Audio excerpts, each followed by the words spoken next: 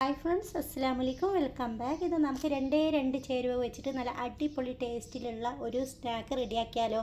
അപ്പോൾ വാ, നമുക്ക് പെട്ടെന്ന് തന്നെ ഉണ്ടാക്കാം. സ്കൂൾ വിട്ട് വരുന്ന കുട്ടികൾക്കൊക്കെ ഉണ്ടാക്കി കൊടുത്താൽ വളരെയധികം ഇഷ്ടപ്പെടും. പെട്ടെന്ന് തന്നെ റെഡിയാക്കാൻ പറ്റുന്നതുമാണ്. വീട്ടിലുള്ള രണ്ട് ചേരുവ മാത്രം മതി. അപ്പോൾ എന്താണെന്ന് നമുക്ക് കണ്ടു നോക്കാം.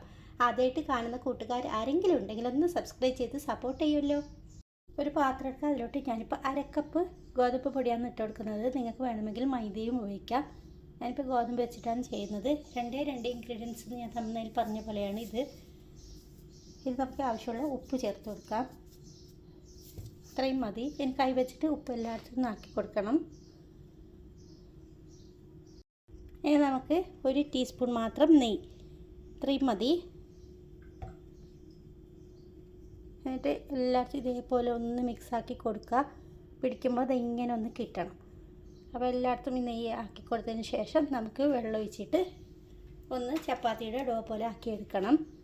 വളരെ എളുപ്പത്തിൽ, എന്നാൽ സമയമില്ലാത്തവർക്കൊക്കെ പെട്ടെന്ന് ആക്കി കൊടുക്കാൻ പറ്റിയ നല്ലൊരു ബ്രേക്ക്ഫാസ്റ്റായിട്ട് സ്നാക്കായിട്ടൊക്കെ കഴിക്കാം.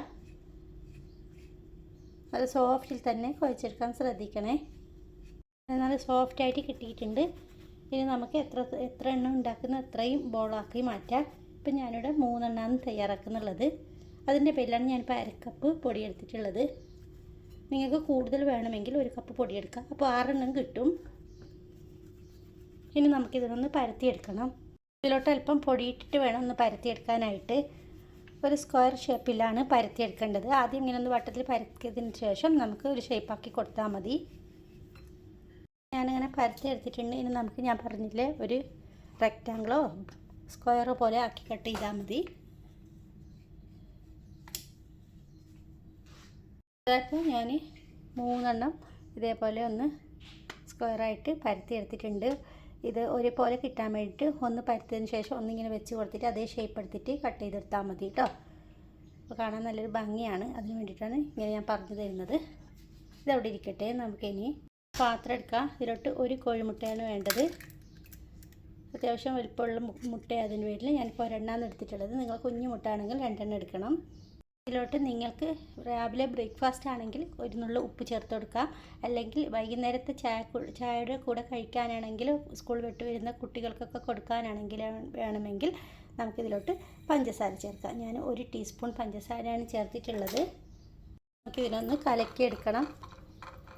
പഞ്ചസാരയും മുട്ടയും നല്ലവണ്ണം ഒന്ന് അലിഞ്ഞ് ചേരണം. ഓപ്ഷൻ നിങ്ങൾക്ക് വേണമെങ്കിൽ ഓപ്ഷനിൽ ഉപ്പ് വേണമെങ്കിൽ ഉപ്പ് ചേർക്കാം. ഇല്ലെങ്കിൽ മധുരം വേണമെങ്കിൽ പഞ്ചസാര ചേർക്കാം കേട്ടോ. അതൊക്കെ നിങ്ങളുടെ ഇഷ്ടത്തിനനുസരിച്ച് ചേർക്കാവുന്നതാണ്. ആയിട്ടാണോ കാണുന്നുണ്ടെങ്കിൽ റെസിപ്പി ഇഷ്ടമായാലും ഒന്ന് സബ്സ്ക്രൈബ് ചെയ്യണേ.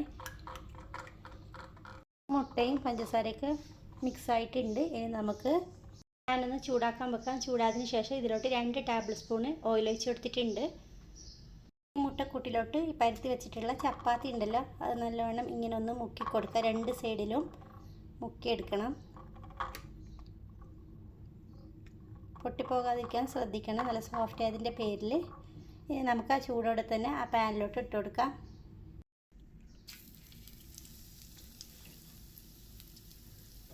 പിന്നെ തീയൊന്ന് മീഡിയം ഫ്ലെയിമിലോട്ടായിട്ട് മാറ്റി കൊടുക്കാം. നമുക്കൊന്ന് തിരിച്ചിട്ട് കൊടുക്കാം. 2 സൈഡ് ഒരു ഗോൾഡൻ കളറാകുന്നത് വരെ നമുക്ക് തിരിച്ച് മറിച്ച് വിട്ടിട്ട് ഒന്ന് ഫ്രൈ ആക്കി എടുക്കണം. അപ്പോഴത്തേക്ക് നല്ല വീർത്ത് വരും.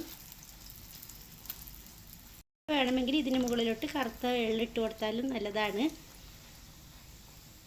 അങ്ങനെ ബാക്കിയുള്ളതും ഇതേപോലെ ഉണ്ടാക്കിയെടുക്കാം. ഇത് റെഡി ആയിട്ടുണ്ട്. അങ്ങനെ ഞാൻ 3 എണ്ണം ഉണ്ടാക്കി എടുത്തിട്ടുണ്ട്. നല്ല ടേസ്റ്റാണിത് കഴിക്കാനായിട്ട്. തീർച്ചയായും നിങ്ങൾ ട്രൈ ചെയ്ത് നോക്കണം. വീഡിയോ ഇഷ്ടമായാൽ ലൈക്ക് തരാനും മറക്കരുത്.